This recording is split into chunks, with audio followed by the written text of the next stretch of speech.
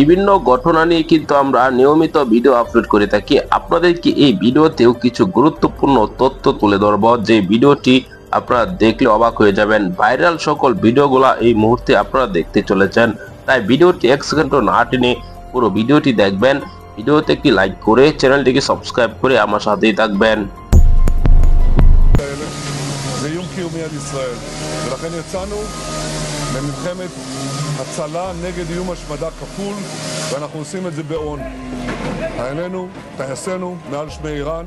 איראן תשלם מחיר יקר מאוד על רצח אזרחים, נשים, ילדים, שהם עשו בכוונה תחילה.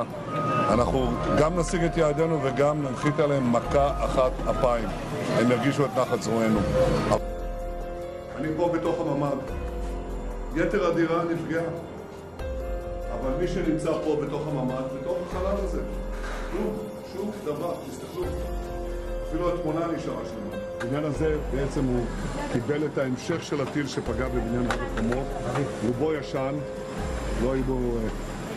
প্রিয় দর্শক, সম্পূর্ণ ভিডিওটি দেখলেন, এই বিষয়ে আপনার কি মতামত জানাবেন। পরবর্তী ভিডিওগুলো পেতে চ্যানেলটিকে সাবস্ক্রাইব করে পাশে থাকা বেল বাটনটি অন করে দিবেন। এই মুহূর্তে বিদায় নিচ্ছি। আসসালামু আলাইকুম ওয়া রাহমাতুল্লাহ।